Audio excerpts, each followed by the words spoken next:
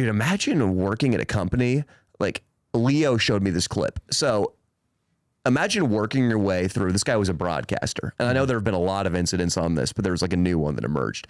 Imagine working your way, like in baseball, you play pro baseball, you work your way through an organization, you get on local radio, slowly you become the official broadcaster, then maybe you go to the national level. This guy is broadcasting for an Oakland A's game, I think. And he said, oh boy, we had a hell of a day today. We started off by going to the awesome, and he meant to say Negro League Museum, which was the old segregated baseball league, but he says the N-word league. With a hard R. Yes. Whoa. And right there, you are watching all 4 engines blow up on a commercial airliner, and that thing just crashed to the ground. All the work he's put in, it's gone. Can we see that clip? Because I saw the title on the No Jumper Instagram, but I didn't actually watch it. Okay, here we go. Yeah, this is definitely it. This took a while, but here we go. Oh, it's only 6 seconds. Oh, this better be good. We had a phenomenal day today. Negro League Museum and Arthur Bryant's Barbecue.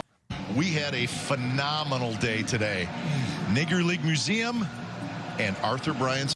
Oh my God. He didn't miss a beat though. He just kind of kept going, right? And neither did his co-host. His co-host did one involuntary eye roll back.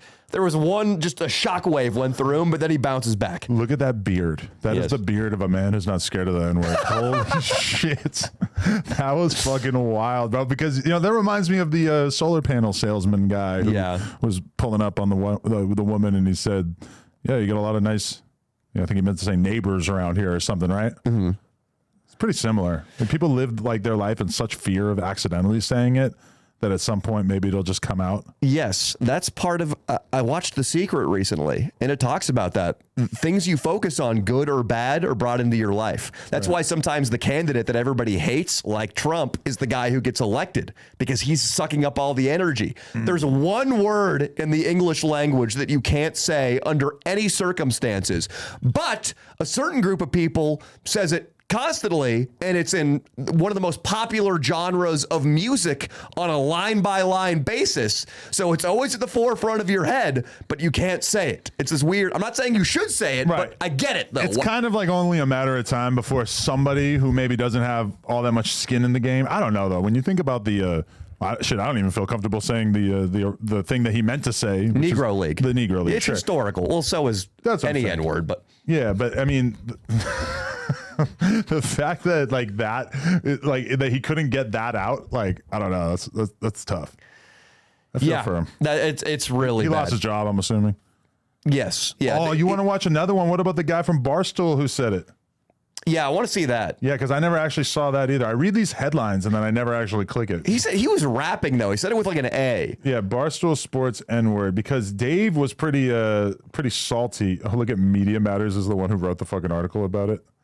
Barstool Sports discovered that they can't use the N-word. Scroll down. Its employees are not psyched. Are we going to be able to actually see it? Dude, wasn't he rapping? This article is titled like they screamed it out the office window at somebody. Yeah. Oh, double up. What you need, get some. I want to hear We did blur out the bleep. We bleeped the word, but he actually said the word. And as you can see, he seems pretty amped up as he is reciting some words from the rapper's Bone This chick's insufferable on Twitter. Is this Nina Turner? She's so bad on Twitter, dude. Really? I'm not super familiar with her. She's just one of those people who just takes the most boneheaded left-wing takes and for the sake of retweets. Yeah, there's a lot of those out there. Yeah, I'm sure her analysis was really... Dude, like, if you're rapping a song, isn't that like a sign of reverence for the culture? Listen, like, he shouldn't be saying it, especially working at a big fucking corporation like Barstool at this point. He shouldn't be saying it just because you know what it's going to do to your career. But at the same time, firing him for something that clearly did not have an ounce of hate. It was just an accident. And the same thing with the guy who said the Negro League thing. I mean... It wasn't said with even an ounce of hatred, and it seemed like it was a genuine mistake. Although, actually, that one, it didn't really seem like a mistake. It seemed like he was just rapping along to it. He didn't miss a bar. And maybe he's like the one white guy on earth that hasn't got the memo that this is not going to go over well. If I could control the world, I would say that this is not really something worth being fired for. And I question what percentage of black people would think that he should be as well, don't you think? Was he freestyling or was he rapping somebody's song? I couldn't actually tell what the song he was trying to get across was. Oh, look, he was rapping First of the Month by Bone Thugs and Harmony. Well, don't you think Bone Thugs would be psyched? Like, this is good for Bone Thugs streaming revenue and concert ticket sales. Why has nobody asked them? I have a line to a few of the Bone Thugs. I could reach out to them and ask them how they feel about it. It seems like a pretty important tidbit, right? Like, don't you think, like, this is...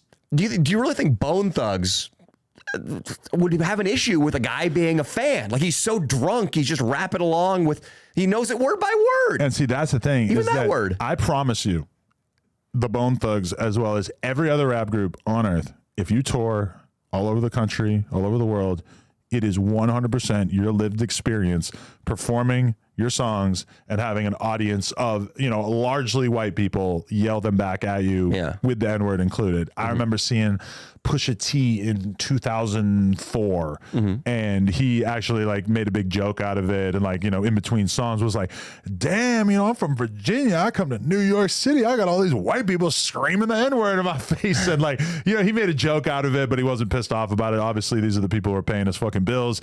And, 2004, 2005 was a very different time where maybe people were less sensitive about it.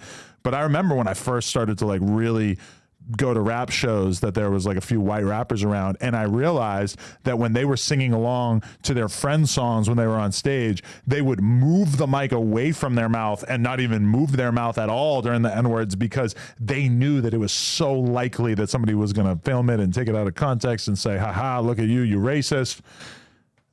That's how you survive in this game, man. That's crazy. That's like telling an artist he can't use the color purple while he's painting. For a white rapper. I mean, it's just a silly thing we've gotten to. And there's only so many colors. There's a fucking shitload of words. There's thousands of words. Well, in rap 10 songs, colors. when they're rap songs, it's definitely a primary color. But can you imagine if that was the rule and you were able to get away with it by singing along to a song? That seems kind of unsustainable as well. I kind of like it. Dude, the N-word with an A, is it ever used with malice? Really? Yeah. I mean, probably sometimes, but on a much lower amount of instances. Yeah.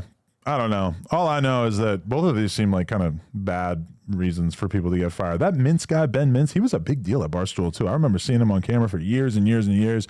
Imagine having to get rid of a host that you really like over some shit that you don't agree with. But because it wasn't Barstool's decision, it was Penn Sports, which owns Barstool. They were the ones who said, this is how it's going to go. This is one of the main, I don't pay super close attention to Barstool, but this is definitely a moment where you realize oh, Dave is not really steering the ship anymore. He's a figurehead. He's here. He's made a shitload of money off of it. They probably value his opinion a lot, but when it comes down to it, they're going to do whatever they feel like doing. It's a shame, but I wonder if this is going to turn around. I wonder if this is how the corporate world's going to be, because pretty soon all these guys who are getting fired for the slightest of offenses, I think this one's less bad than the baseball announcer. The baseball announcer, I said the hard fucking R. He's white as shit. Oof. It was too a very PG primetime audience, whereas this is a bunch of dirtbag internet people. Right. If we keep firing people for little slip ups like this, they're all going to go start doing their own things on the internet.